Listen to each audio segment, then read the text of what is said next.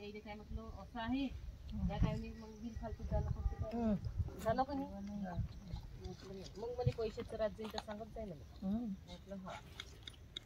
काम टळण्याची काम मेहनतची कामं नाही तिचा फोन आला तुझ्या मोठीच्या मेहनतची कामं नाही पाहिजे तिच्या मोठीले